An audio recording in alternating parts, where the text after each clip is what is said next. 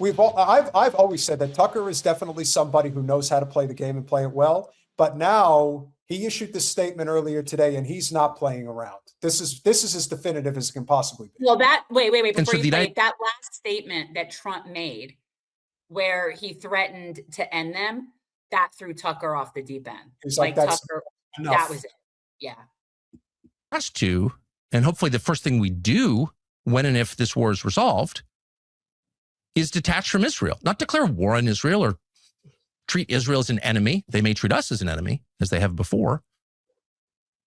When they tried to sink the USS Liberty, an American naval vessel, a surveillance vessel, they treated us as an enemy. We don't have to treat them as an enemy, however, and we shouldn't.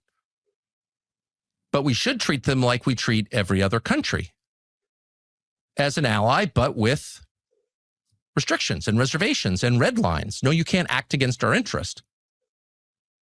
And this distancing should begin with a total end of aid of any kind, military or economic, to Israel by the U.S. government. I mean, that's pretty definitive. One more time, very clear. There is no. I didn't realize he didn't say this already before. I would think he already might have said something. I think he had, but he's done. This is definitive as it can get. Right. With a total end of aid of any kind, military or economic, to Israel by the U.S. government.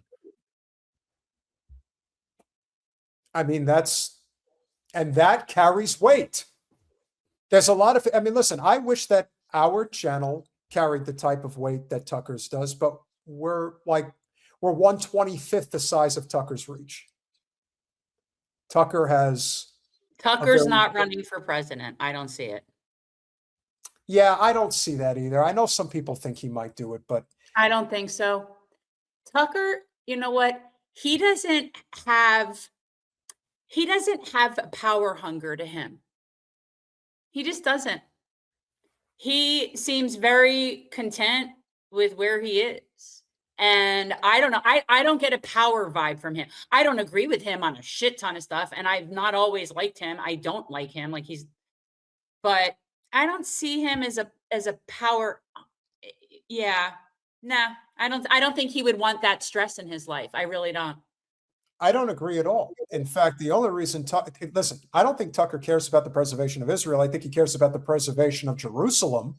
I think from a religious standpoint, that does matter to him. He doesn't want to see Jerusalem blown away off the face of the earth. But let me tell you, Israel is 1,000% capable.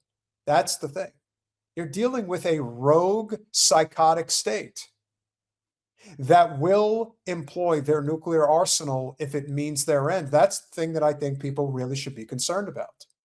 I think he is trying to protect Israel, the physical place, the physical, what you're saying is like about the holy cities and what it means. Yes, I don't see Tucker as trying to preserve as a Jewish state by any stretch. He's been very clear that by definition, that's apartheid. So if he is trying to have any preservation of the land of Israel, it's because he is a religious person and that land matters to him. But no, I don't believe he's trying to preserve an ethno-state for Jews at all. So that's my thought. And people who love Israel, some of whom are pretty successful, can send all the money they want to Israel, and that's fine. But the U.S. government should send not one more dollar to Israel and not one more piece of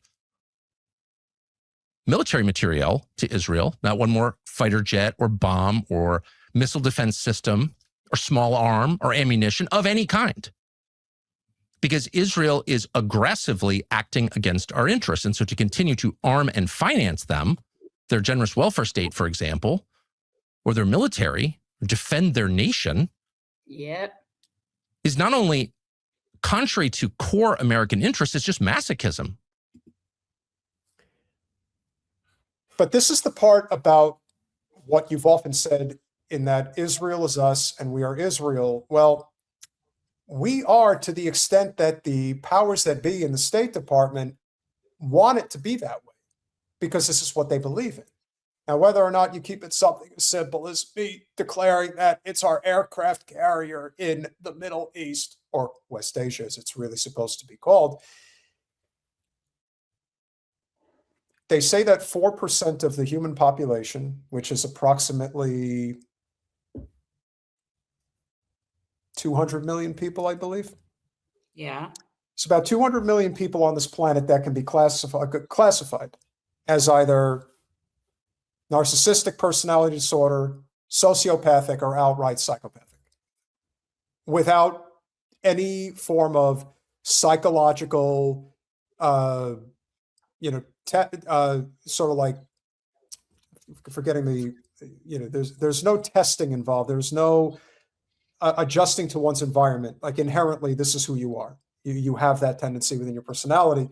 And by that measure, the type of people, as you've often said, that are typically attracted to politics, to power, money, and what comes with the power, what with the type of power that comes with money. It's a certain type of person. Not all people are bad that go into politics, but all bad people in one way, shape, or form probably find their way into politics. And that's a shame. It suits them. I think it's that the bad people are the ones who stay in it the longest, at least ones that we know of. And yeah, there's decent people that are public servants. There's just not enough of them that it makes a difference. And I don't see Tucker as a power hungry person. And I don't see him as someone who wants that life. I just don't. I would agree. I mean, again, I don't think it's impossible that Tucker would run for president. I think it is anything. Listen, I can see Tucker running for a Senate seat. I could see that, but I don't know. I think that when you're him and you already have the privilege of his life that he has, I don't know. I just don't think so. Again, I don't find him somebody that's seemingly going for power. He's never said that. We have been saying this for the longest time, pretty much since the beginning, because Tucker's been on it from day one. Candace Owens was not, but Tucker Carlson has pretty much been on the right side of this issue basically since jump.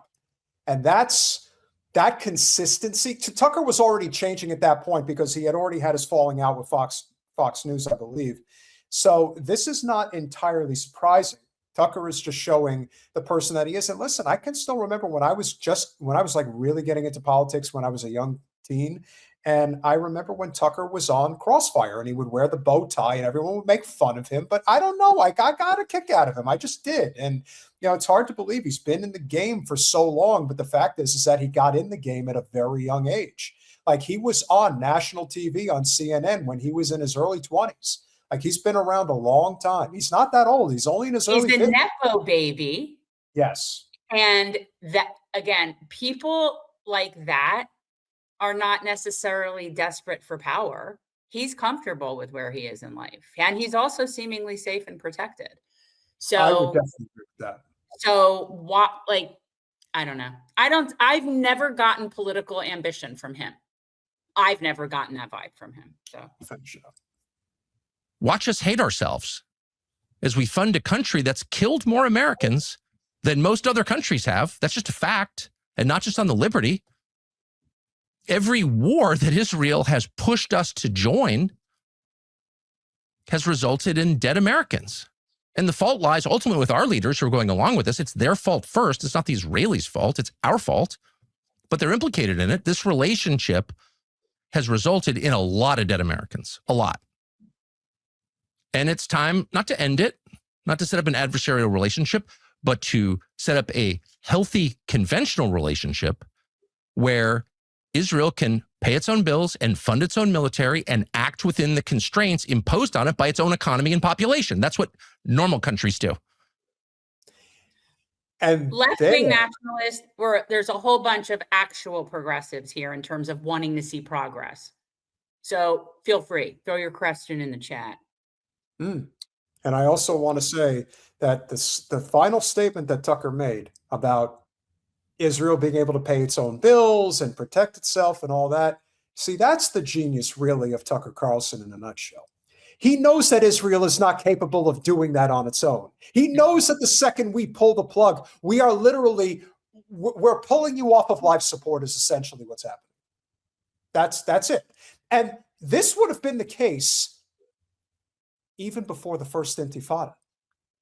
You bring it full circle to where we are today and everything that Israel has done in our name as well over the past 2 generations.